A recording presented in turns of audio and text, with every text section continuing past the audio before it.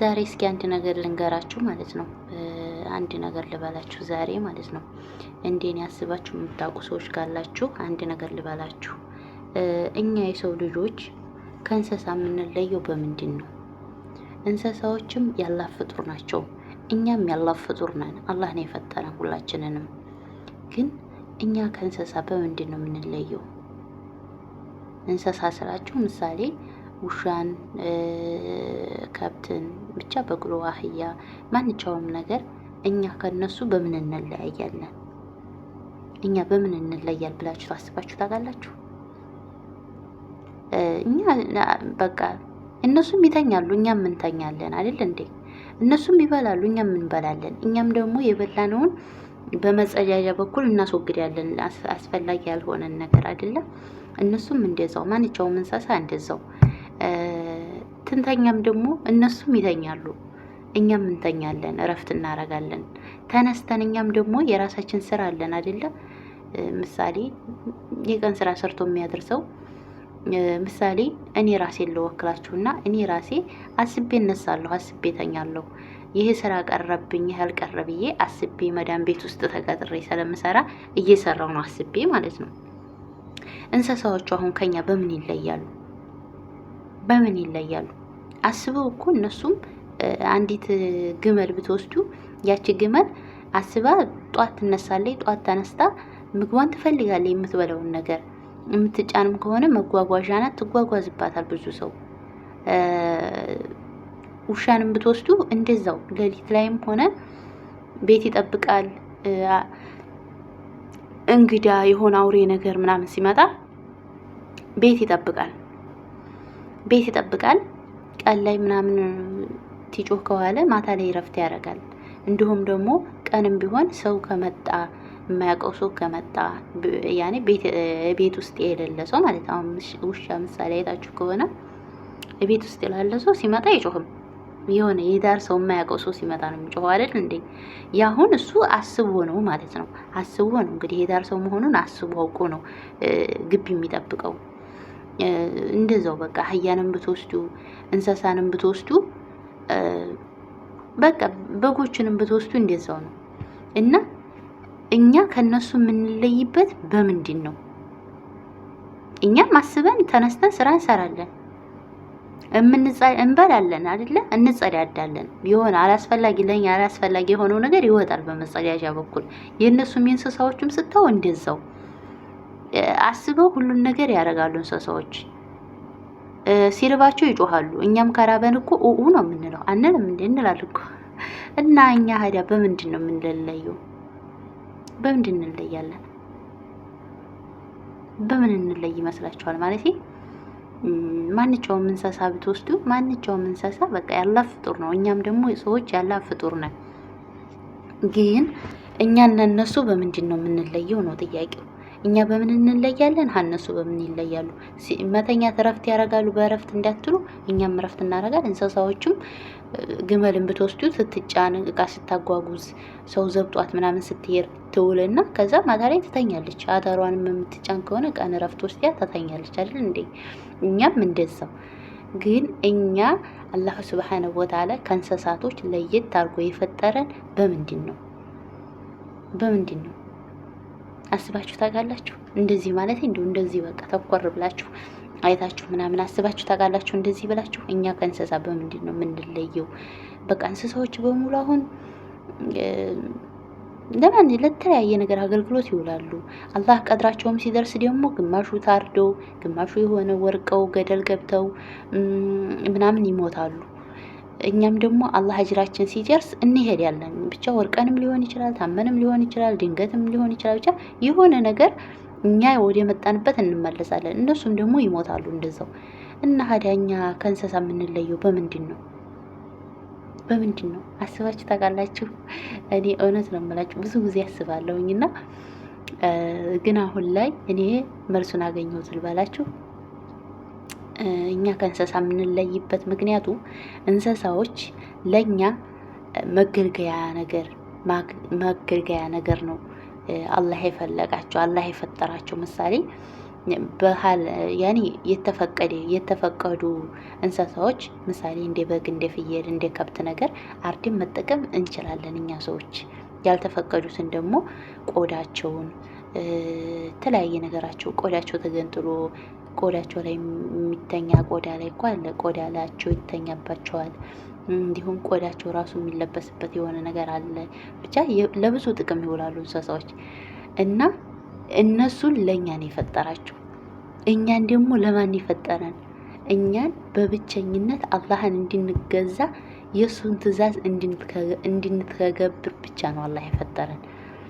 ብዙዎቻችን አናስተውልም። ብዙዎቻችን ቁመን አናስብም እንደዚህ ብለን። እኛ አላሁ ሱብሓነሁ ወተዓላ ትኸልቀን እሱን በብቸኝነት እንድንገዛውና እንድናመልክ ብቻ ነው የፈለቀን። ከሱ ትእዛዝ ውጭ እንዳንወጣ ነው የፈጠረን ማለት ነው።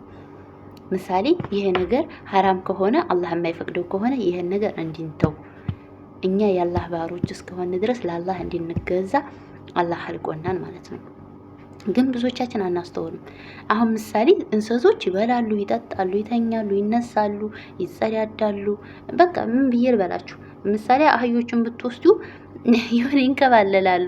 እነሱ ዶሮችን ብትወስዱ አፈር ላይ እንደዚህ ደፍ ይላሉ። በእነሱ ቤት አሁን ያ እንግዲህ ሻወር እየወሰዱ እየታጠቡ ምናምን እየተጸዳዱ የበላቸው ነገር እንደዚህ ስለሚያክላቸው ነው ማለት ነው። እኛም ደግሞ እንደዛው።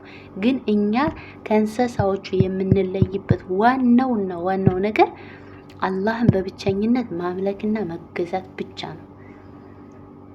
አላህን በብቸኝነት ማመንና መገዛት ብቻ ነው። ምሳሌ እንስሳዎችን ውሰዱ።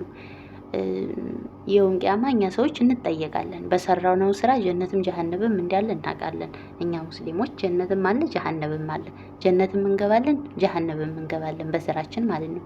ግን የጀነቱም የጀሃነቡም ቁልፉ ያለው እኛ ጋር ነው። አሁን እኛ አለንበት ወጣትነት ዘመን አለንበት። አብሶም እኛ ወጣቶች ከ18 ዓመት እስከ 30-40 ዓመት ያለን ሰዎች በቃ እኛ ወጣት እርሜ ነን እና በዚህ ወጣት እርሜያችን እንጠየቅበታል። ሶላታችንን አስተካክለን ታልሰከር እንደው አላህዋ እኔ አሁን እንደዚህ ብዬ ማወራ ሰው ነኝ እኔ ለራሴ እንደው ብቻ አላቅምና አላህ ይጠብቃችሁ፣ አላህ ይጠብቀን። በአላህ ትእዛዝና በአላህ ትእዛዝ ብቻ እምናምን አላህ ያድርገን። ወላሂ ነው የምላችሁ። እኛ የሰው ልጆች ከእንስሳ የምንለየው በቃ አላህን በመገዛትና አላህ የከለከለንን ነገር በመከልከል አላህ የማይፈቅደውን ነገር በመተው ነው። እኛ የሰው ልጆች ከእንስሳ የምንለይበት አንደኛና ዋነኛው ምክንያት። እንስሳዎች ደግሞ ለእኛ መገልገያ ነው የተፈጠሩት። ምሳሌ እኛ የሆነ ግመልን ጭነን የሆነ ከቦታ ቦታ መንቀሳቀስ፣ እኛ ዘብጠን መንቀሳቀስ ለእኛ መጓጓዣ የተፈጠሩ ናቸው እነሱ። እኛ ደግሞ ለማን የተፈጠርነን? አላሁ ስብሓነሁ ወተዓላ የአላሁ ስብሓነሁ ወተዓላ ለሚልጥ ወለሚወለድ ወለሚልኩ ለሁ ክፉን አሐድ። አላህ አይወልድም አይወለድም። አላህ አንድ ነው እና ለአንዱ አላህ ብቻ እንድንገዛ ነው እኛ የተፈጠር ነው። እኛ ግን የሚመስለን አሁን ላይ በቃ አረብ ሀገር ሄር ፊዳችንን አፈር ደሚያችንን የምንግጠው ለምን እንደሆነ ታውቃላችሁ? ርዝቅ ፍለጋ ነው። ርዝቅ ፍለጋ በቃ በእርግጥ ስበቡን ማድረስ ግድ ነው። የሰው ልጅ በህይወት እስካለ ድረስ ካልበላ ካልጠጣ ከባድ ነው አይደለ? ስለዚህ አላህ ይረዝቀዋል። አላህ ለመረዘቁ ደግሞ ስበብ ማድረስ ነው። ማንኛውንም ነገር ቢሆን ስበብ አድርሱ። ግን ሶላታችንን ማንሰግድ ከሆነ አላህ የሚከለክለን ነገር የማንከለከል ከሆነ ከባድ ነው። እኛ የሰው ልጆች እንስሳዎችም አይን አላቸው፣ እግር አላቸው፣ አፍ አላቸው፣ ሁሉ ነገራቸው ጋር እኛ ያው የሆነ ነገራችን እንትን ቢለንም ግን አንድ አይነት ነን። ግን እኛ ከነሱ የምንለይበት ምክንያቱ ምንድን እንደሆነ ታውቃላችሁ? በጥቅሉ እኛ ከእንስሳ የምንለየው እኛ በብቸኝነት አላህን የከለከለንን ነገር እንድንከለከል፣ አላህ ያዘዘንን ነገር እንድንተገብር ነው። እነሱ ደግሞ እኛ በቃ እንጓጓዝባቸዋለን። ስጋቸው ሀላል የሆኑ እንስሳቶችን እንበላለን። ቤታችን የሚጠብቅልን እንዳልኳቸው ውሻ ነገር ምናምን ለእኛ መገልገያ ነው የተፈጠሩት። እኛ ግን የተፈጠርነው ለአላህ ስብሓነሁ ወተዓላ ብቸኛነቱን እንድናመልክ፣ አላህን እንድንገዛ በብቸኝነት ሶላታችን እንድንሰግድ፣ አላህ የሚከለክለውን ነገር እንድንከለከል፣ አላህ የሚፈቅደውን ነገር እንድናረግ የተፈጠርነው አፈጣጠራችን ማለት ነው። ግን እኛ አሁን ላይ እያስጠበበን በቃ ጭንቅ ጥብብ እያለን ያለው እኛ የመጣንበትን አላማችን ላይ ሳይሆን ማለት ነው ዱንያ ነው። አሁን ላይ ዱንያ ነው የሚያስጨንቀን እንጂ የመጣንበት ነገር እኛ ለምን አላማ መጣን፣ እንዴት መጣን የሚለው አያስጨንቀንም። እያስጨነቀን ያለው ዱንያ ነው። በቃ ዱንያ በጣም ነው የሚያስጨንቀን። በቃ ስግብግብ ብለን አሁን ላይ ዱንያ ነው በቃ አይምሯችን ሁሉ እንዴ ቤት ያለው መስሪያ ያለው ከፍ ያለ ሌላ ነገር ያለው አሁንም ከፍ ያለ ሌላ ነገር። የሰው ልጅ ፍላጎቱ ምንም ቢሆን ሲሞት ነው የሚያቆመው። ግን እኛ ስግብግብ የምንለው ለዱንያና ዱንያ ላይ ብቻ ነው። የመጣንበትን አላማችንን እኔንም ራሴንም ጭምር ረስተናል። እውነቴን ነው የምላቸው። የተፈጠርንበትን አላማችንን ረስተናል። አላህ ደግሞ ረዛቂ ነው። ጭጫኖች አሁን ምግብ ከየት አንድ ሰው ነው የሚበሉት? አስባችሁ ታውቃላችሁ? አላህ ይረዝቃል። በቃ አላህ ረዛቂ ነውና አላህ ይረዝቃል። እኛ ግን አይመስለንም። አላህን ትተን አላህን ጥሰን የአላህን ትእዛዝ ጥሰን መስገብገብ ነው በቃ ዱንያ ላይ። እኛ በሰራንና በተስገበገብ ይመጣ ይመስለናል ዱንያ። እንደዛ አይደለም እኮ እንደዛ አይደለም። ያሰበበት ሰው ቆሞ ላየው ሰው አይታችሁ ከሆነ አንዳንድ ሰዎች አሉ በቃ ሶላታቸውን ይሰግዳሉ፣ ባላቸው ነገር ራሳቸውን ይጠብቃሉ። ግን አይታችሁ ከሆነ ማለት ነው በልቶ አንዳንድ ሰው በልቶ ምግብ በደንብ በልቶ ፊቱን ማይወዛ ሰው አለ። ሱብሃንአላህ። አንዳንድ ሰው ደግሞ ማለት ነው አይደለ ስጋ ምናምን ነገር የተለየ ነገር ይቅርና እንደው ትንሽዬ ቲማቲም ነገር ቆረጥ አድርጎ በልቶ በቃ ማሻአላህ ፊቱ ወዙ ዝብረቅ ያለ ሰው ሞልቷል። በቃ አላህ ይረዝቃቸዋል አልኳችሁ። አላህ ይረዝቃቸዋል። እኔ እንኳን ኡስታዞች አሁን ሲናገሩ ስሰማ ማለት ነው ጀነት ውስጥ እድሜ ከስንት እስከ ስንት ነው ምግብ አለ ወይ ምናምን ሲሉ የሚፈልግ ይበላል፣ የማይፈልግ አይበላም። ያ ማለት በጸጋም ቢሆን መኖር ይቻላል ጀነት ውስጥ ማለት ነው። እና ምን ልላችሁ ነው፣ በመብላት በመጠጣት ገንዘብ በመጓፈፍ ብቻ ይመስለናል እኛ። ግን አይደለም። የመጣንበትን ትክክለኛውን አላማችንን ብናውቅ ኑሮ ጥሩ ነበር። እኔ ራሴንም ጭምርት ነው የምላችሁ፣ እናንተም ብቻ አይደለ፣ እኔ ራሴንም ጭምርት። እና የመጣንበትን አላማችንን አዘጋ። ብዙ ጊዜ የመጣንበትን አላማችንን አንዘጋ ነው የምለው። እኔ ማናገር የምፈልገው ነገር የሰው ልጅ የመጣበት እዚህ ዱንያ ላይ የመጣበት የራሱ የሆነ አላማ አለው። አላህ ወደ ምድር ሲያመጣን ወደዚች ዓለም ሲያቀላቀለን እኛ የራሳችን የአላህ የሆነ የራሱ እንትን አለው። ስለዚህ በቃ እንደው አላህ ይሰብስበን። ሶሻል ሚዲያ ላይንም እንደዚህ ወጥተን ብቻ ለሰው ፈተና የምንሆንም ሰዎች አለን። በእርግጥ ምንም ነገር ባንጠቀም እንኳን ግን እንደዚሁ በድምጻችን በእምናችን የሚፈተኑ ስላለ አላህ ይጠብቀን። አላህ ይቅር ባይ ነው። እኛም ወደሱ ተመልሰን ይቅር ይበለን ማለት ነው። ግን የመጣንበትን አላማችንን አንዘንጋ፣ አንርሳ። የመጣነው አላማችን እኛ እዚህ ዱንያ ላይ በቃ አላህን በብቸኝነት ተገዝተን ተመልሰን ወደ አላህ ተመላሾች ስለሆን ጀነቱም ጀሃነሙም ያለው እዚህ ላይ በሰራ ነው ስራ ነው። ስለዚህ አላህ ቀጥተኛውን መንገድ ይብራን። ያ ረቢ ያ አላህ ያ ሀዩም ያ ቀዩም እንደ አላህ መጨረሻችን ያሳምርልን።